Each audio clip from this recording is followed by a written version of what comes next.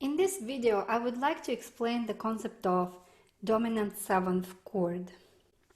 So when we play a scale,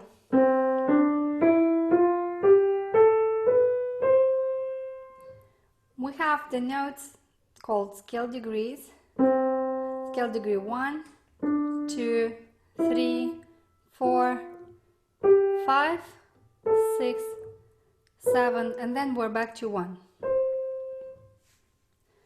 The triads built on these scale degrees are major, minor, or we also have one diminished chord. So this is major, 1 is major. Second scale degree, or 2, is a minor triad. Third scale degree is also a minor triad. Fourth scale degree is a major triad. Fifth scale degree is also a major triad. Sixth scale degree is a minor triad. And seventh scale degree is a diminished triad. So as you see, in C major, the only major chords are built on the first scale degree, on the fourth scale degree, and on the fifth scale degree.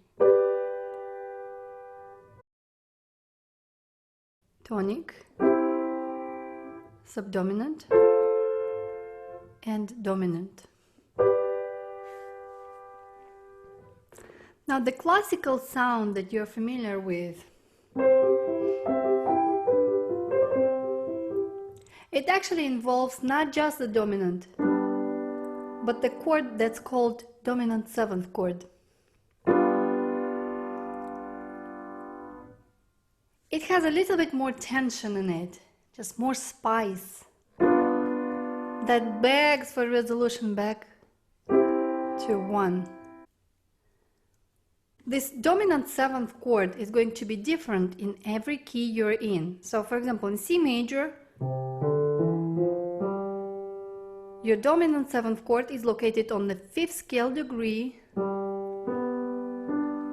and is made of 4 notes. So you're going to add one more third to the major chord that you already have when you play the dominant.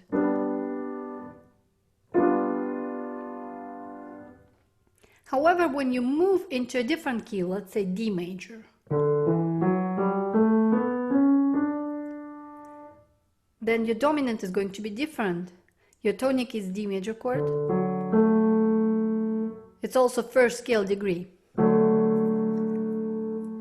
Your dominant is the fifth scale degree, and it's going to be A major chord. And your dominant seventh chord is going to add a note to that dominant triad. This is going to be your dominant seventh chord in D major. We notate these chords as 1, 4, and 5, 7. In any key that we're in D major, 1, 4, 5, 7. In G major, 1, 4, 5, 7. If we were to use chords in root positions only, our hand would have to leap a lot, and then there would be very little connection in our accompaniment. Obviously, this would be not the most practical way of using the chords.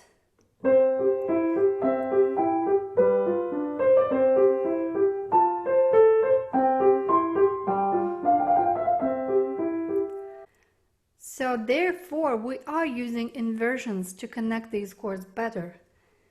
Instead of jumping,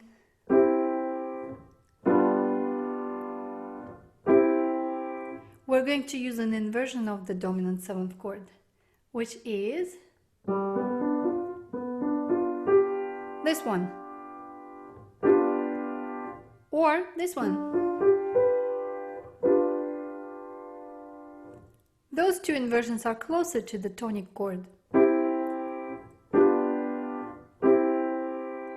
Or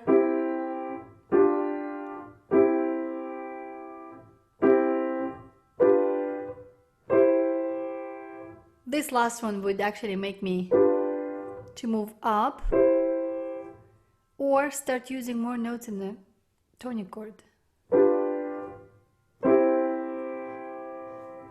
And that's exactly what Mozart did.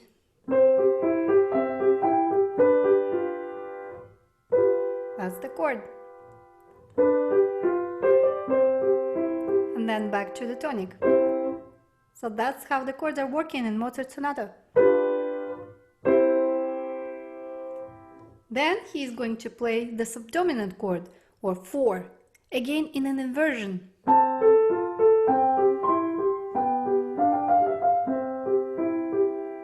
So now we had the dominant chord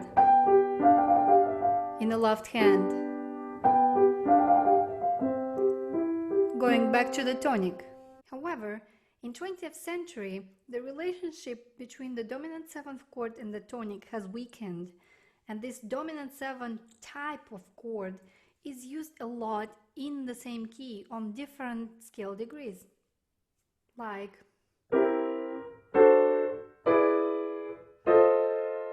we could have parallel dominant 7th chords, or going by the circle of fifths.